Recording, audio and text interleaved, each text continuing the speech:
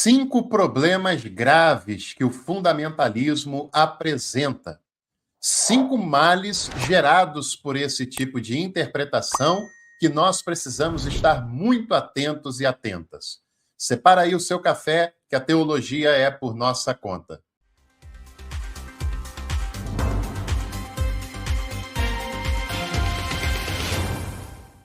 E aqui no Café com Teologia você encontra muitos vídeos, cursos gratuitos e uma formação teológica completa no clube de membros aqui do canal.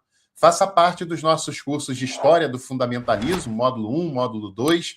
Se você perdeu ao vivo, a primeira parte está disponível aqui gratuitamente. E toda a formação teológica no clube de membros. Clica ali, dá uma olhadinha nas opções e participe com a gente. Bom, às vezes nós falamos sobre fundamentalismo, né? E o nosso canal é um canal antifundamentalista, tá? Isso é bom deixar sempre claro.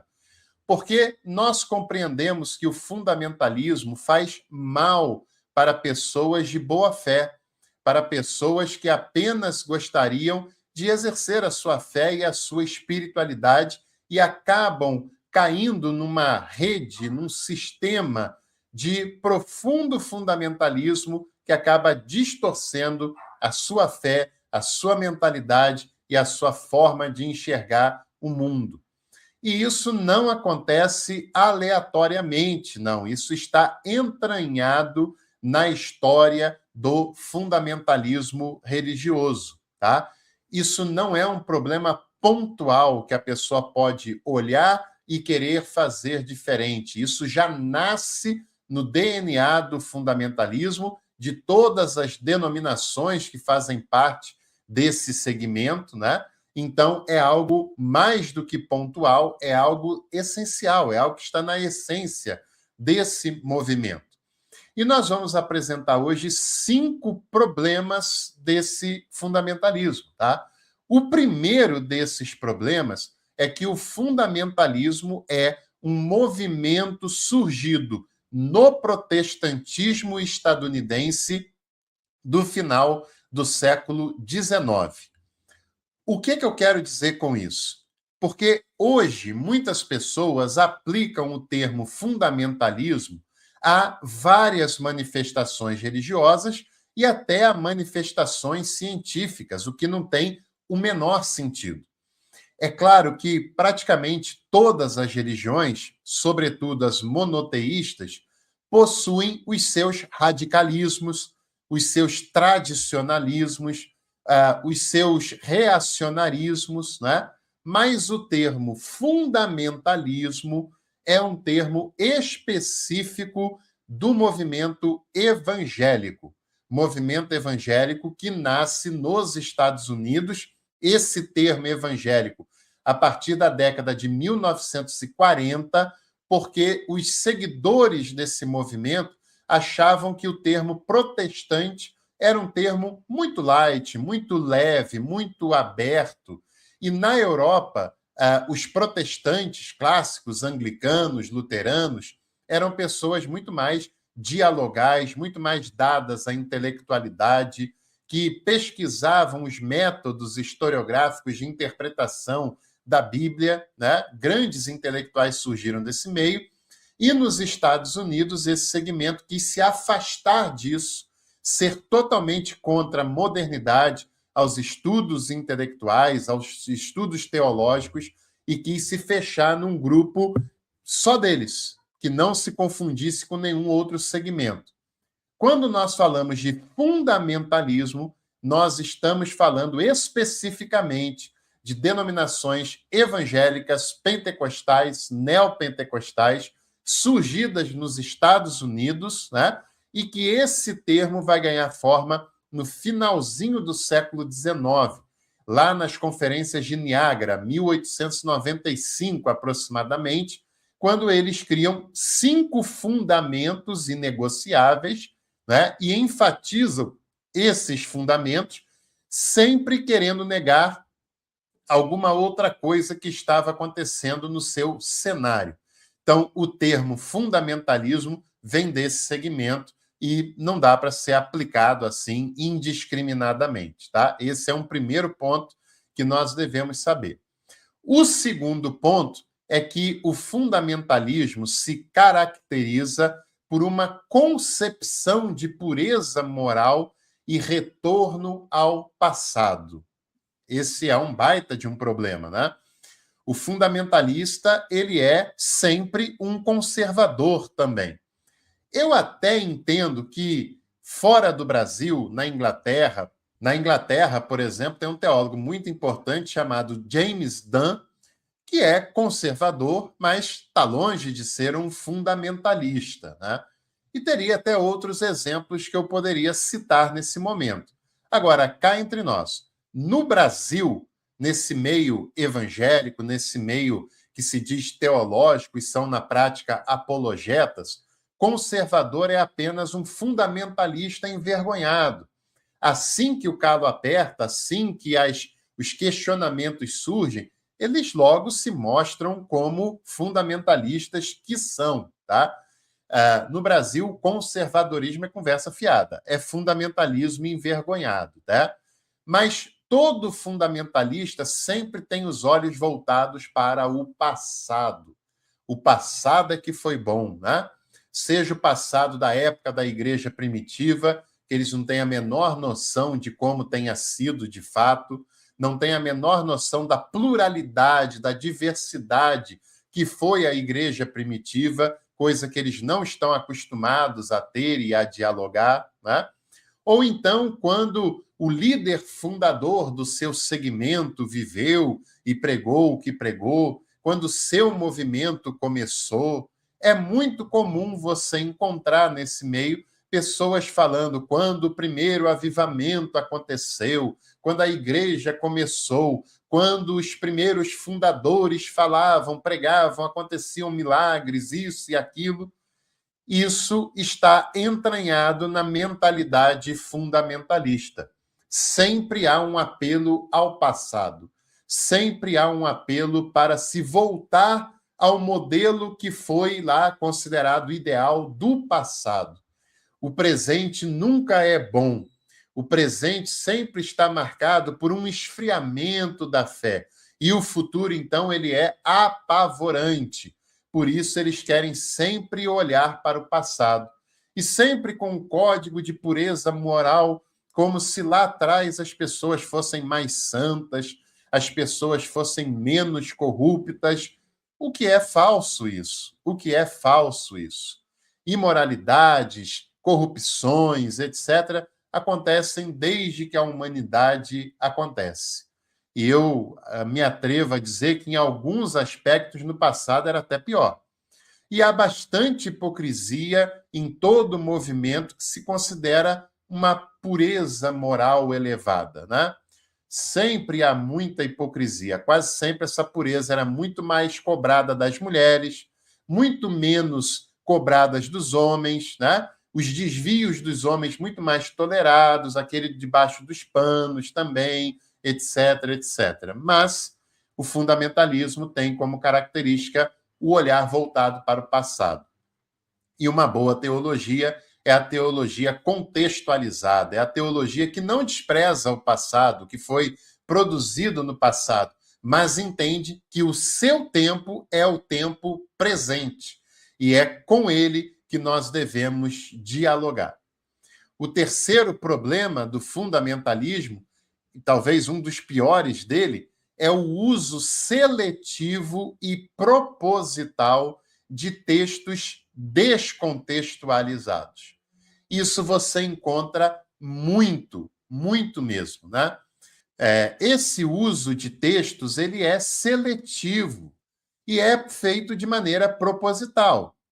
E são muito bons em achar textos da Bíblia de 4, 5 mil anos lá no passado que, teoricamente, condenam a homossexualidade, por exemplo, mas conseguem relativizar textos da Bíblia que falam sobre o cuidado dos pobres, a venda do que se tem para acudir o necessitado, a partilha de quem tem mais com quem tem menos ou quem não tem nada, a prática do perdão, do acolhimento com as pessoas consideradas diferentes, a inclusão proposta por Jesus.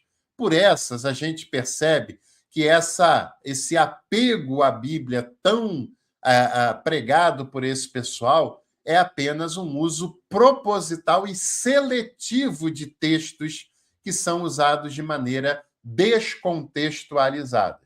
Quando o texto parece lhe favorecer ou pode dizer aquilo que ele quer, esse texto é abraçado com unhas e dentes. Agora, quando esse texto revela algo com o qual eles não querem se comprometer, esse texto é relativizado, né? Infelizmente, tem muitas pessoas que usam dessa maneira, e quase sempre esse apego é para textos do Antigo Testamento, para falar do ungido do Senhor, do sacerdote, do homem levantado por Deus, coisas que foram abolidas por Jesus e pelo Novo Testamento. Por que será que não dizem isso?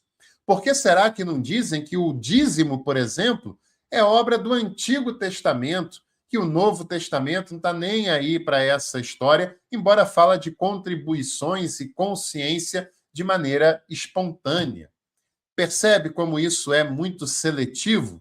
E não aparece apenas sobre a Bíblia, não. Aparece sobre dogmas, sobre doutrinas, abraçam doutrinas do seu segmento como se fossem revelações divinas e atacam doutrinas de outros segmentos como se fosse apenas obra dos seres humanos.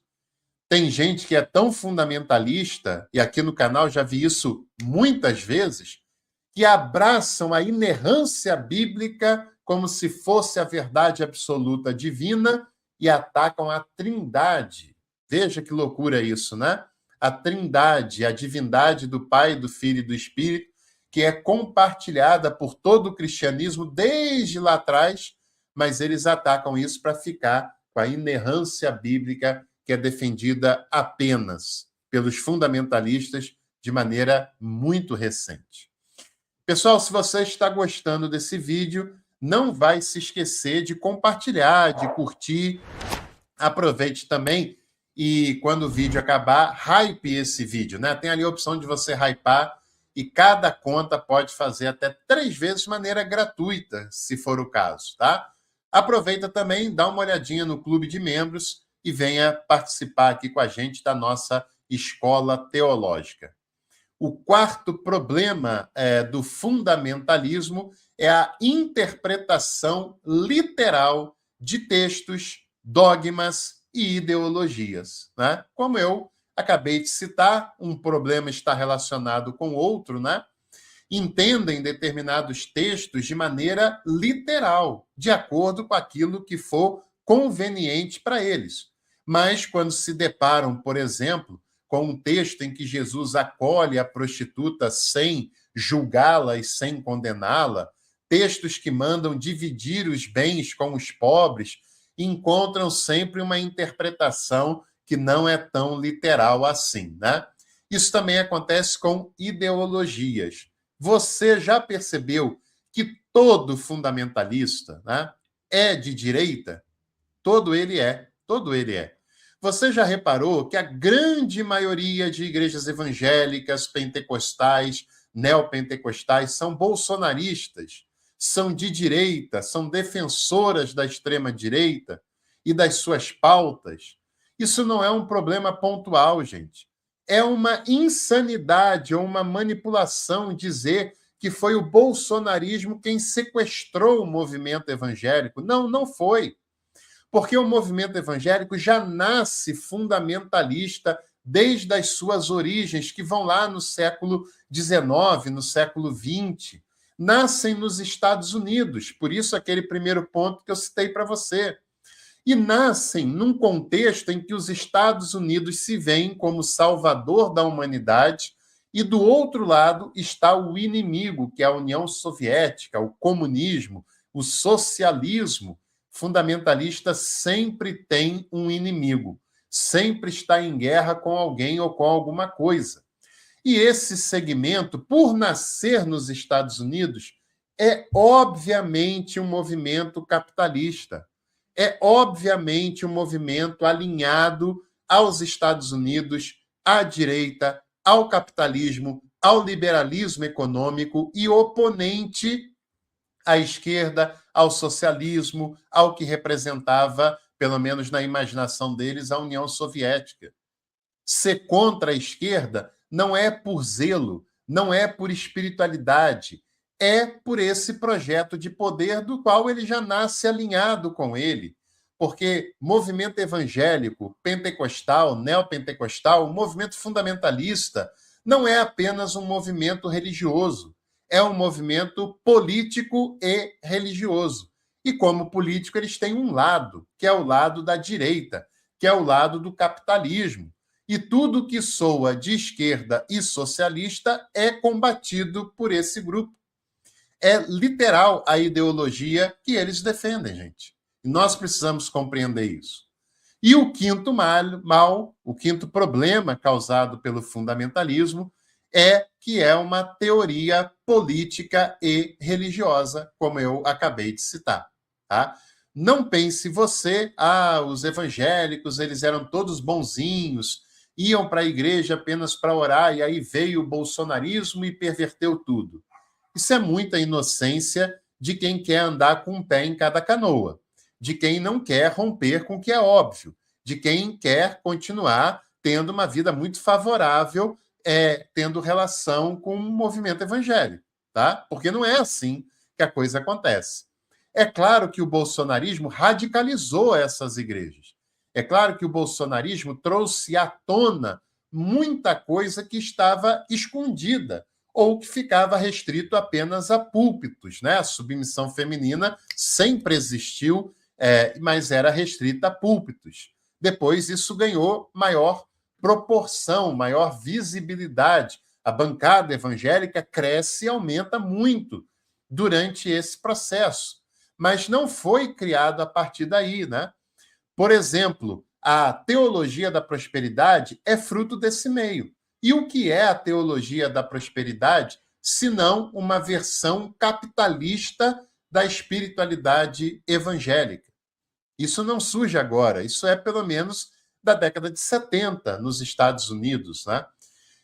Então, veja bem, é importante você perceber que existem, claro, muitas pessoas que fazem parte de igrejas, etc., dessa linha, que não tem nada a ver, né? Pelo menos conscientemente, com questões de política, que não querem ouvir sobre candidatos, sobre direita, ou seja lá o que for, mas, infelizmente, o nascedouro institucional dessas denominações é um nascedouro religioso, mas também é político. E, como político, é de direita, é pró-Estados Unidos, é pró-capitalista. Isso é uma evidência, não adianta lutar contra as evidências, né? Elas estão aí, participa quem quer e rompe quem está consciente desse processo e se incomoda com ele, né?